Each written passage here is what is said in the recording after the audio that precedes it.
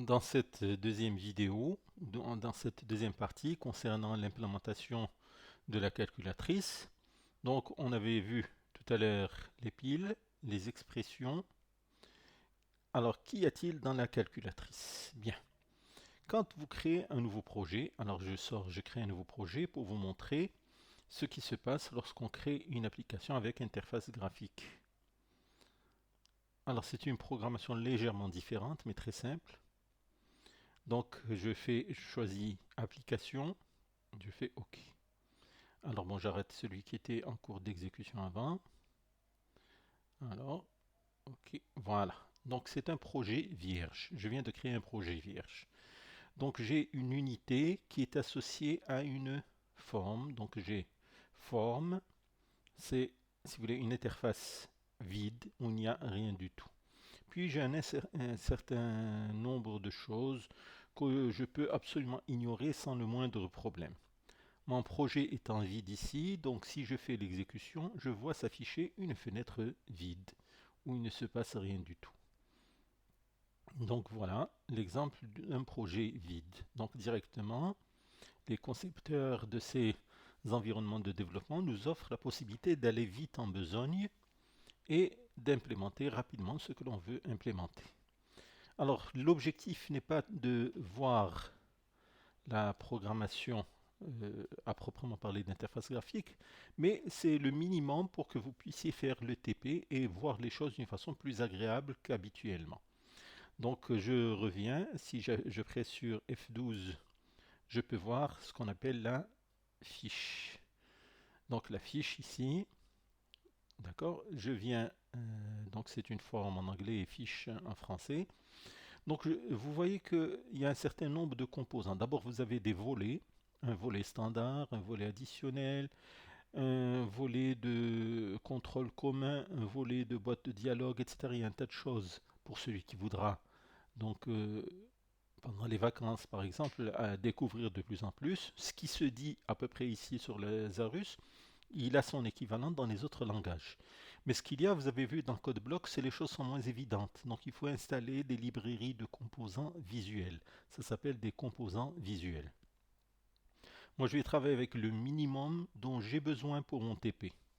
Donc le minimum, j'ai besoin d'un, si je laisse ici, c'est un T-edit ou un edit box dans d'autres terminologies, ça n'a pas d'importance. Si je clique, je viens, il me place un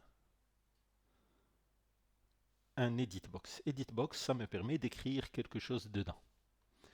Donc si je viens pour afficher l'inspecteur d'objets, donc c'est F11. Alors l'inspecteur d'objets, chaque chose que je sélectionne, il me donne, alors elle a deux choses. Si je sélectionne par exemple la forme, elle va avoir des propriétés et elle va avoir des événements.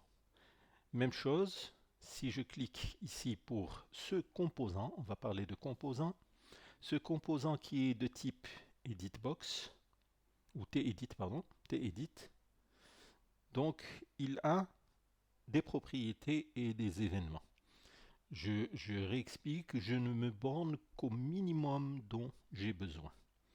Alors ici, il y a une propriété qui s'appelle name, qui me donne le nom du composant. D'accord. Donc c'est, si vous voulez, ce composant va se comporter comme une variable. Je vais lui donner par exemple zone de texte. Donc zone de texte. Il y a quelque chose qui s'affiche par défaut et qui ne m'intéresse pas. On la trouve dans caption. Alors, on la trouve ou dans texte. Donc caption, c'est dans d'autres langages, pardon. On la trouve dans texte. Zone de texte, c'est ce qui s'affiche par défaut à l'intérieur. C'est-à-dire si je ne touche rien, si je fais une exécution maintenant, je vais avoir zone de texte qui s'affiche dedans. Et si je veux écrire dedans, je serai obligé d'effacer donc del et j'écris ce que je veux dedans. Maintenant, si je veux que rien ne s'affiche dedans, je viens dans cette propriété texte de mon objet TEdit et je supprime. Si je fais ça, entrée, donc il n'y a plus rien qui s'affiche dedans. Il y a également une propriété TextHint. TextHint, c'est un texte qui s'affiche dedans mais qui est grisé. Qui est grisé, c'est-à-dire que c'est comme s'il n'existait pas, mais on peut le voir, c'est un peu comme un infobule.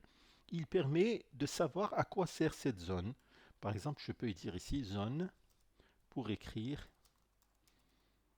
du texte. Donc si je fais zone pour écrire du texte, si je lance une exécution,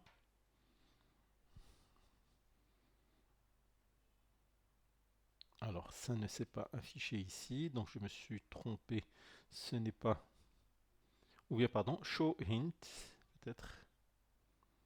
Alors j'arrête et je réexécute.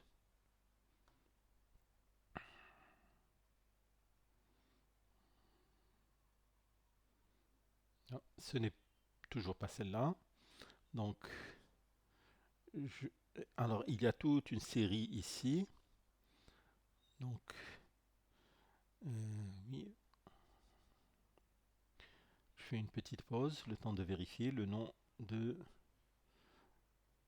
la propriété. Alors, je reprends.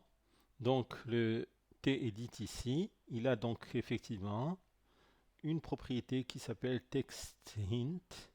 Ici, j'ai mis zone pour écrire, pardon, zone pour écrire du texte, mais elle ne s'est pas affichée parce que je n'avais pas encore sauvegardé le projet.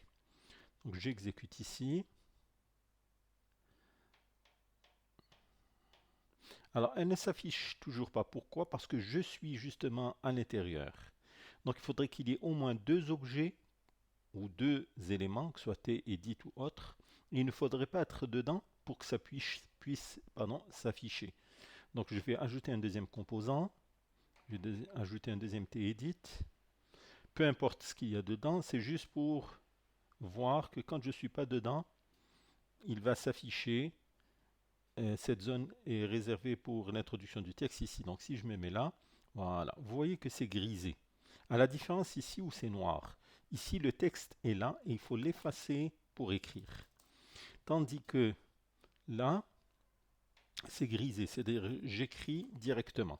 C'est juste une information. Et dès que j'efface, que je ressors, j'ai l'information zone pour écrire. Donc ça s'affichera à chaque fois. Ça s'affichera à chaque fois que je ne suis pas dedans, sauf si la zone contient quelque chose, donc c'est ce quelque chose qui s'affichera. Donc j'ai besoin de ce TEdit. Maintenant, qu'est-ce que je peux faire? On va ajouter un petit bouton pour faire quelque chose. Donc je sors ici de l'exécution, je reviens dans ma fiche. Donc je supprime ce deuxième qui me sert ici absolument à rien. C'est juste pour voir les textes qui s'affichent en grisé qui me permet de savoir à quoi sert l'élément. Alors vous avez deux types de boutons. Alors T-button et T-togglebox. Donc c'est celui-là qui m'intéresse maintenant, rappelez-vous. Donc j'ajoute un bouton, donc lequel je peux dire par exemple compter, ou pardon, je voudrais que ce soit un... Alors je vais mettre ici dans Caption. Caption, c'est ce qui s'affiche sur le bouton, c'est-à-dire l'écriture qui permet de savoir ce bouton il fait quoi. Donc je vais dire compter le nombre de caractères. Compter le nombre de caractères, si je réexécute, je n'ai même pas besoin de réexécuter, il suffisait de revoir la fiche pour voir. Donc comptez-le, évidemment, je n'ai pas accordé la place nécessaire. Donc en pressant sur F12, vous avez la fiche qui s'affiche. Donc voilà. Donc je vais agrandir un petit peu. Compter le nombre de caractères. Alors le nombre de caractères qui va s'afficher pour la chaîne qui est là. Donc je vais ajouter un deuxième TEdit. Je vais mettre ici le nombre de caractères de la chaîne qui se trouve dans la première zone et que j'ai appelé ici. Donc aller dans Name. Et dans Name, j'ai appelé celle-là zone de texte. Dans celle-là, je vais l'appeler taille. Taille, par exemple. D'accord, je peux ajouter un text hint. Donc dans ce text hint, je vais mettre taille de la chaîne qui est dans la première case. Et ici, J'ai pas besoin que ce taille s'affiche, donc je le supprime. Que va faire? Alors, la programmation sous Windows ou ici avec les interfaces graphiques est une programmation qui est dite événementielle. C'est-à-dire, il y a des événements qui sont associés aux différents éléments qui composent l'interface graphique. Et chaque événement peut être défini. C'est-à-dire que si je vais ici compter, alors compter, j'ai oublié le P, c'est pas bien méchant, d'accord? Donc si je veux compter le nombre de caractères qu'il y a, donc il faudrait que je fasse ce qui suit.